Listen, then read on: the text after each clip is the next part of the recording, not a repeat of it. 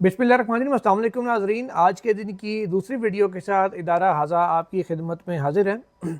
और आगाज़ करते हैं नाज़रीन ने साबिक चीफ़ जस्टिस काजी फ़ाइज़ ईसा की मोटी मोटी चंद नाकामियाँ आपको गिनवाते हैं, उसके बाद बताएंगे कि वो इस वक्त किधर हैं। और फिर कुछ बात होगी नए चीफ़ जस्टिस साहब के कुछ सख्त इक़दाम की। नाज़रीन, अगर हम बात करें साबिक चीफ़ जस्टिस काजी फ़ाइज़ ईसा की, तो सिर्फ़ और सिर्फ जो हुकूमती अरकान पार्लियामेंट थे वो बड़े बाइज़्ज़त थे काजी फ़ाइज़ ईसा साहब की नज़र में। अपोजिशन के अरकान थे, उनका मामला आपके सामने ही है। वो जब भी पेश होते थे उनकी किस अंदाज में बेइज्जती एक तरह से मैं कहूँगा की जाती, चाहे वो लतीफ़ खोसा हों, चाहे वो साहबजादा हामिद रज़ा हों, चाहे कोई भी और रुकन असम्बली जो अपोजिशन का हो, चाहे बैरिस्टर गौहर हों या हामिद खान साहब जो सेनेटर हैं वो पेश होते थे, उनके साथ क्या रवैया अपनाया जाता था।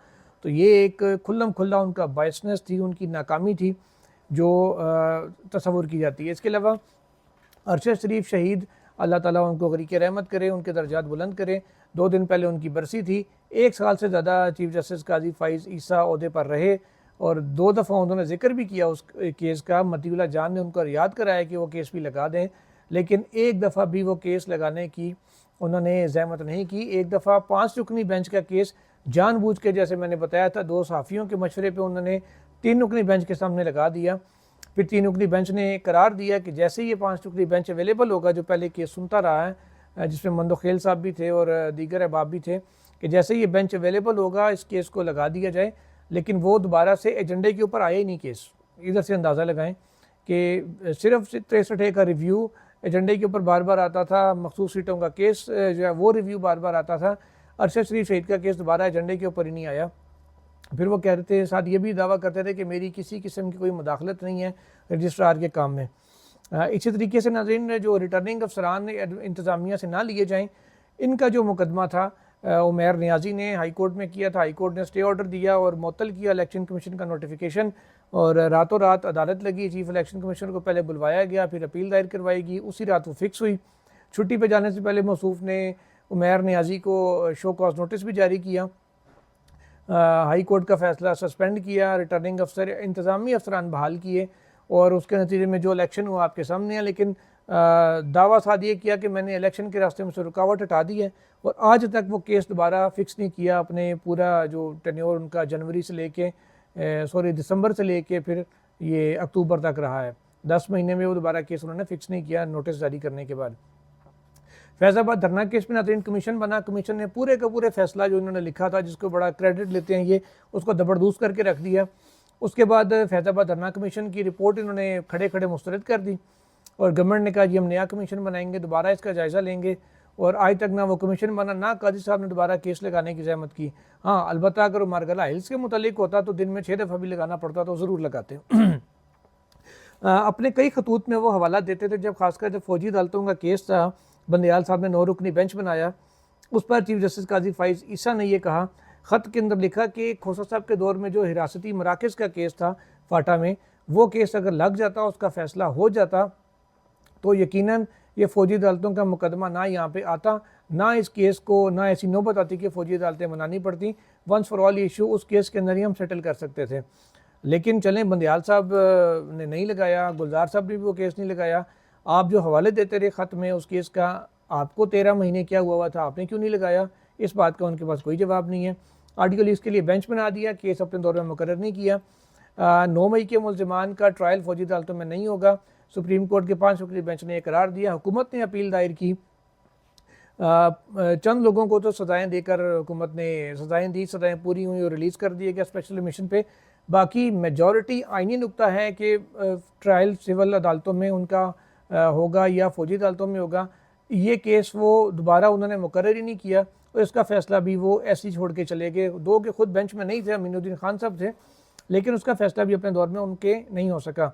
इंतखाबी धांधली की जो पटिशन्स थी वो आई कि उनकी तहकीकात करवाई जाएँ। एक तो शेर अफजल मरवत की थी, इमरान खान की थी और कुछ दरखास्तें आई थी, लेकिन उनको भी सिरे से समाअत के लिए मुकर्रर नहीं किया। वो भी 184(3) कमेटी के एजेंडे के ऊपर ही नहीं आ सकी। और इंसानी हकूक़ का मकबरा तो बना दिया उन्होंने, कब्रें बना दी जैसा कि मैं उसे कहता हूँ, लेकिन इंसानी हकूक़ का जो पामाली की पटिशन्स आई थी वो एक दफ़ा भी उन्होंने मुकर्रर नहीं की। ऑर्डिनेंस कमेटी के तहत उन्होंने मुनीब अख्तर साहब को ऑर्डिनेंस के तहत कमेटी से निकाल दिया, ऑर्डिनेंस कमेटी बना दी, मीनुद्दीन खान साहब को डाल दिया, लेकिन आज तक जो ऑर्डिनेंस के ख़िलाफ़ दरख्वास्तें आई थी ताकि ऑर्डिनेंस मुतनाज़ ना होता, उनके ऊपर सुनवाई नहीं हो सकी, उनको मुकर्रर नहीं किया। इसी तरीके से जुडिशल कमीशन के रूल्स का इतना लंबा चौड़ा है कि इजलास बुला के उन्होंने मुसवदा फ़ाइनल किया। उसको मंजूरी देने का टाइम था तो पता था मौसूफ को कि तरमीम आ रही है, जुडिशल कमीशन तब्दील हो जाएगा, दोबारा से वो इजलास भी नहीं बुलाया। अपने दोस्तों को, करीब तरीन दोस्तों को, अपने मोहसिनों को अपना दुश्मन बनाया, जिसका नतीजा सामने है कि करीब तरीन दोस्त उनके जस्टिस मंसूर अली शाह ने उनको अदालती गद्दार करार दिया। इसके अलावा अगर हम बात करें तो मुकदमात का बोझ है जो उनके दौर में तकरीबन 7000 मुकदमात का इजाफा हुआ, वो 7000 मुकदमात का वो क्रेडिट अपने साथ लेके जा रहे हैं कि मेरे दौर में इंसाफ का ये आलम था कि केसेस बढ़ते कि कम नहीं हो सके। इसी तरीके से उन्होंने 21 अक्टूबर को जब कहा था कि केस की समाअत के दौरान कि मुझे आईनी तरमीम का इल्म नहीं है, 21 अक्टूबर को बल्ले के निशान का केस था जब अली ज़फ़र ने उनको पॉइंट आउट किया कि आईनी बेंच अब जो है तरमीम हो चुकी है, अब आईनी जो बेंच होगा वो ये केस होने का आप नहीं सुन सकते हैं। उन्होंने कहा जी हमें ये ना बताएं क्या सुन सकते हैं क्या नहीं सुन सकते। अलबत्ता उन्होंने उसी दिन एक ऑर्डर के अंदर ये भी होते उन्होंने कहा कि मुझे पता नहीं कि कोई तरमीम हुई भी है या नहीं। सेम डे 21 को ही उन्होंने मारगला हिल से मुतल्लिक एक केस सुना जिसके अंदर उन्होंने कहा कि जी बड़ा ज़बरदस्त काम किया गवर्नमेंट ने आईनी तरमीम में 26वीं आईनी तरमीम का हवाला दे के लिखा है फैसले में कि माहौलियात को बुनियादी हकूक़ में से करार दिया और ये बहुत अहसन इक़दाम है। तो झूठों की भी जो है ना वो एक लंबी दास्तान है उनकी। अच्छा नाज़रीन, इसी तरीके से अब आगे आएँ, अगर इस वक्त वो कहाँ हैं तो 12 बजे नाज़रीन चीफ जस्टिस काजी फ़ाइज़ ईसा गुज़िश्ता रात रिटायर हुए थे और 3 बजे की फ़्लाइट से वो पाकिस्तान से रवाना हो गए और तुर्की के लिए मतलब उनका पहला स्टॉप था। अब तुर्की से वो आगे उन्होंने लंदन जाना है या कुछ दिन तुर्की में रहना है ये अभी कंफर्म नहीं है, लेकिन इनिशियली वो जाएंगे तुर्की से उन्होंने लंदन जाना है, वहाँ से फिर दोबारा उन्होंने तुर्की आना है और फिर वो उम्रा करके आएंगे पाकिस्तान। जो इतलात आ रही तकरीबन 3 महीने वो कम अज़ कम आप पाकिस्तान से बाहर ही रहेंगे, पाकिस्तान 3 महीने तक उनकी वापसी नहीं है। उनके कुछ अजीज़ हैं, उनकी ग़ालिबन सिस्टर रहती हैं तुर्की में जो जिनके पास उन्होंने कुछ वक्त गुजारना है, उनकी इयादत के लिए जाना सुनना है, उनकी तबीयत ख़राब है तो अल्लाह ताला उनको सेहत दे। अच्छा ये तो हो गया काजी साहब का तज़किरा। अब आते हैं थोड़ा सा मौजूदा इक़दामात की तरफ। नाज़रीन, जो एक तवील ख़त के अंदर काजी फ़ाइज़ ईसा ने चार्जशीट किया था जस्टिस मुनीब अख्तर को, सारी की सारी रद्दी की टोकरी में फेंक दी है नए चीफ जस्टिस याही आफरीदी साहब ने। उन्होंने मुस्तरद कर दिया उनकी सारी पॉइंट ऑफ व्यू को, उनके पूरे ख़त को, और ख़ुद भी वो हिस्सा नहीं बने थे ऑर्डिनेंस कमेटी का क्योंकि मुतनाज़ था काम, वो हिस्सा नहीं बने थे। तभी समझ आना चाहिए था काजी साहब को भी कि याहिया साहब ने इस चीज़ को चलने नहीं देना, लेकिन क्योंकि वो उसके लिए जब आंखों पे पट्टी बंदी हुई हो तो इंसान को समझ नहीं आ रही होती। याहिया साहब ने आते ही सबसे पहले सीनियर प्यूनी जज बनाया, जैसे मैंने पहली वीडियो में आपको बताया था, मंसूर अली शाह साहब को, और ऑर्डिनेंस कमेटी वो जो जजेस की कमेटी है उसमें अब मुनीब अख्तर साहब को शामिल कर लिया है। यही मुतालबा था मंसूर अली शाह साहब का ख़त में। उन्होंने कहा या तो कमेटी को बहाल करें या फिर ऑर्डिनेंस का जायज़ा लिया जाए, और अब ऑर्डिनेंस का जायज़ा उन्होंने कहा था फुल कोर्ट इजलास बुलाया जाए। फुल कोर्ट इजलास अब 28 तारीख को तलब कर लिया गया है और 28 तारीख को पहले बताया गया था कि सुबह मुकदमात से पहले होगा, लेकिन अभी चंद ही लम्हों पहले ये फैसला तब्दील किया गया है और फुल कोर्ट का टाइम तब्दील करके अब दोपहर 1 बजे कर दिया गया है कि जब तमाम बेंचेस के अपने मुकदमात सुन के, पब्लिक के मुकदमात सुन के फ़ारिग हो चुके होंगे, उसके बाद फुल कोर्ट मीटिंग होगी, जिसके बाद अब ये तय किया जाएगा कि बहुत से अदालती अमूर उसके अंदर ज़ेर बहस आएंगे। और जस्टिस मंसूर अली शाह के वाले से इम्कान ज़ाहिर किया जा रहा है कि वो क्योंकि उम्रे पे सऊदी अरब हैं तो वो बज़रिया वीडियो लिंक इजलास में शिरकत करेंगे। अच्छा, इसी तरीके से जो कुछ सख्त इक़दामात भी किए गए हैं नए चीफ जस्टिस याही आफरीदी साहब की जानिब से, उसमें याही आफरीदी साहब ने अपने जो स्टाफ है उनसे हमारे ज़राए बता रहे हैं कि और जो सुप्रीम कोर्ट का ऑडिटोरियम है उसमें सबको जमा किया और उन सब के साथ खिताब किया। बाद में जो सुप्रीम कोर्ट का मेन दरवाज़ा है जहाँ पे ऊपर तराजू बना हुआ है, नीचे स्टेयर्स हैं, अक्सर हम लोग वहाँ से व्लॉग भी करते हैं, तो वहाँ पे उन्होंने अपने स्टाफ के साथ पे ग्रुप पिक्चर्स भी बनवाई। जो उन्होंने खिताब किया वो बड़ा अहम है नाज़रीन। उन्होंने कहा कि सुप्रीम कोर्ट की कोई भी चीज़ अब लीक ना हो किसी भी तरीके से। सख्त उन्होंने कहा कि इसके ऊपर चेक एंड बैलेंस रखा जाएगा कि जो सीक्रेसी है, जो हमारा ऑफिशियल काम है, वो मीडिया तक या किसी भी दूसरे तक लीक ना किया जाए। ऑफिशियल काम को प्रोटेक्ट किया जाए, उसको रखा जाए। साथ ही उन्होंने कहा इसके ऊपर चेक एंड बैलेंस रखा जाएगा। और माजराए ये भी बता रहे हैं कि उन्होंने कहा कि मुझे इस मकसद के लिए चाहे कितने लोगों को बरतरफ क्यों ना करना पड़े, जो अपना सरकारी काम प्राइवेट लोगों को लीक कर रहे होते हैं, तो मैं जितने भी लोग फारिग करने पड़े मैं कर दूंगा। इस मामले में बहुत सख्ती करूंगा कि बिला वजह की चीज़ें लीक हो के सुप्रीम कोर्ट से बाहर ना जाएं, चाहे वो कोई भी हो। स्पेसिफिकली मीडिया का उन्होंने जिक्र नहीं किया, लेकिन उन्होंने लीकेज रोकने के हवाले से स्टाफ के ऊपर बहुत जोर दिया और कहा कि सख्त वार्निंग है सबको कि गलती से भी अगर किसी ने कुछ किया तो he might face the music. और उन्होंने दोबारा वाजे किया कि मुझे इसके लिए कितने ही सख्त इकदाम क्यों ना करने पड़े, चाहे किसी को निकालना पड़े या ज़्यादा लोगों को भी निकालना पड़ा, जो जो मुलविस पाया गया मैं उससे भी करने से वापस नहीं आऊँगा।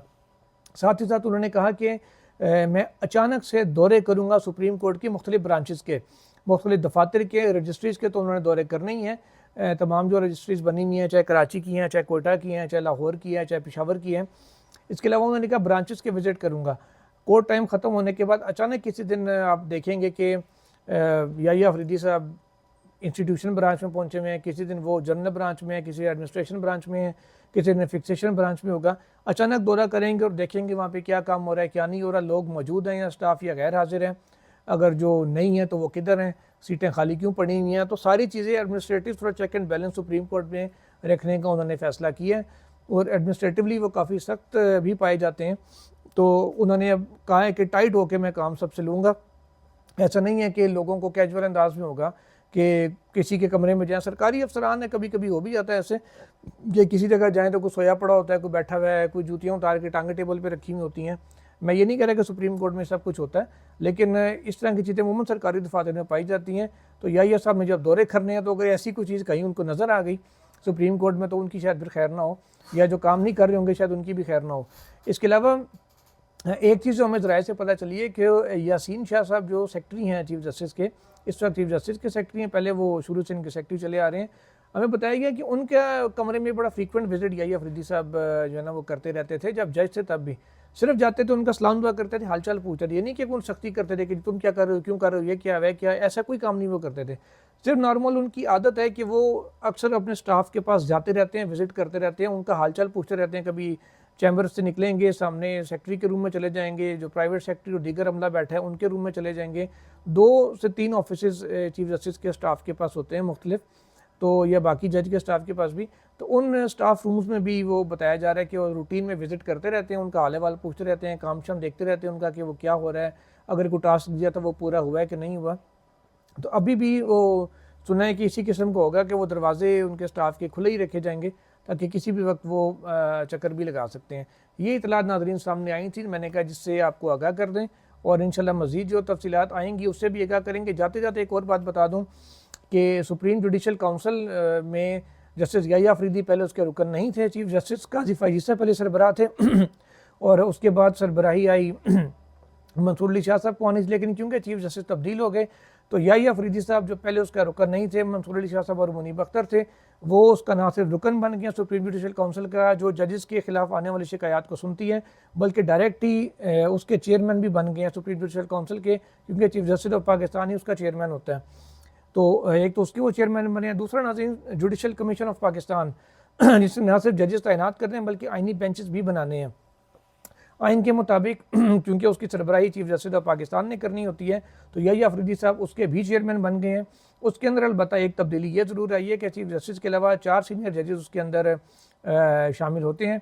तो अब जस्टिस जो हैं जमाल मंदोखेल वो इसमें अब शामिल हो गए हैं। जस्टिस मंसूर अली शाह, जस्टिस मुनीब अख्तर और जस्टिस अमीनुद्दीन खान पहले से ही इसका हिस्सा होंगे। याहिया अफरीदी साहब भी पहले हिस्सा थे, लेकिन क्योंकि वो चेयरमैन हो गए तो उनके बाद नीचे से अब जस्टिस मुनीब अख्तर जस्टिस जमाल मंदोखेल सामने आए हैं, जो बाय वर्च्यू ऑफ पोस्ट आइन की मंशा के तहत अब कमीशन के रुकन बन गए हैं।